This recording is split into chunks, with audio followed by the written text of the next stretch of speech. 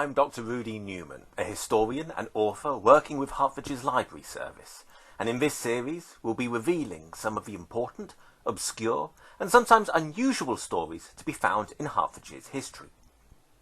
Cuffley in southeast Hertfordshire is a rural village just to the north of Greater London. Today a retreat for the Scout Association and well placed for commuting, during World War I it was propelled into international news and found itself on the very front line of the conflict. The origins of Cuffley's unexpected fame began years earlier in Germany with the pioneering work of Graf Ferdinand von Zeppelin and the groundbreaking LZ-1 of 1900, the first true airship. As the technology developed, other countries constructed airships, but Germany remained at the forefront of lighter-than-air travel. By 1914 and the start of the war, Germany had already begun a construction program for military purposes, beginning what would become the first Blitz, bombing raids on British towns from 1915. Early on it was realised that the large hydrogen-filled airships were vulnerable to ground fire, easily catching fire, so they operated at a much higher altitude, well beyond the range of guns of the day. Unlike a plane, they did not need to keep moving, so could essentially stop and rain bombs unopposed. Although their military impact was questionable, their effect on morale was major. With this assault on civilians, coupled with the public's interest, many going outside to see them rather than taking cover, small wonder they were known as the baby killers. The British response was fully formed by 1916. Searchlights, anti-aircraft guns, and the combined use of the Royal Naval Air Service and the Royal Flying Corps, the basis for the later RAF. The latter would engage airships over Britain, but this was no small task.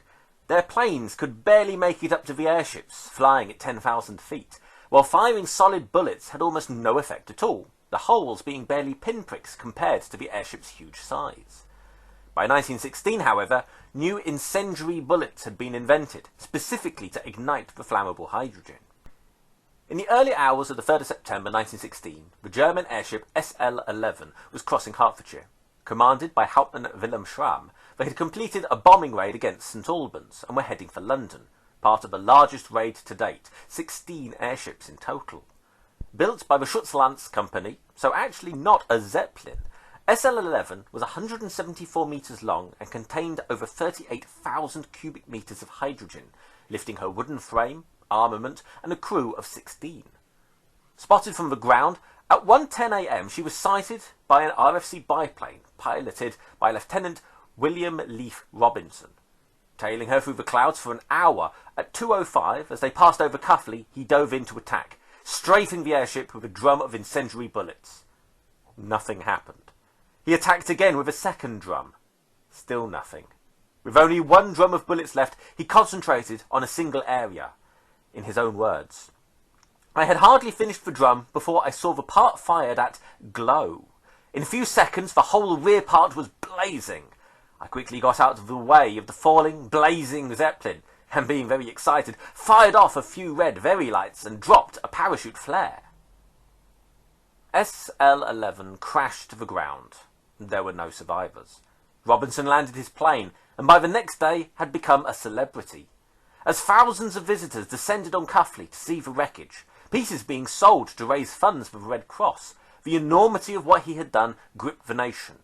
The first airship to be shot down over Britain. Robinson was showered with accolades, famously being awarded the Victoria Cross, presented only 2 days after the attack. More importantly, morale grew. The once invincible airships could now be destroyed. Zeppelin raids continued, but decreasing in number and with increasing German losses. Robinson returned to flying, crashing barely 2 weeks after his escapade. He only returned to flying in 1917, much to his annoyance, having been grounded as such an important national figure, and was shot down over the Western Front. A prisoner of war, he finally returned home in 1918 after numerous escape attempts. Sadly, he contracted Spanish influenza and died in Stanmore on the 31st of December 1918, aged 23. Leif Robinson and the Cuffley airship incident are commemorated in various ways, from memorials to the local football team, the Zeps. Through this event, Cuffley became a notable place in aeronautical development, but it also shows just how close to home was the fighting of World War I.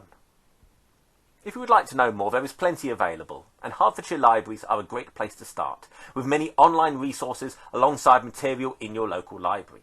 I hope you enjoyed this episode, and thanks for listening.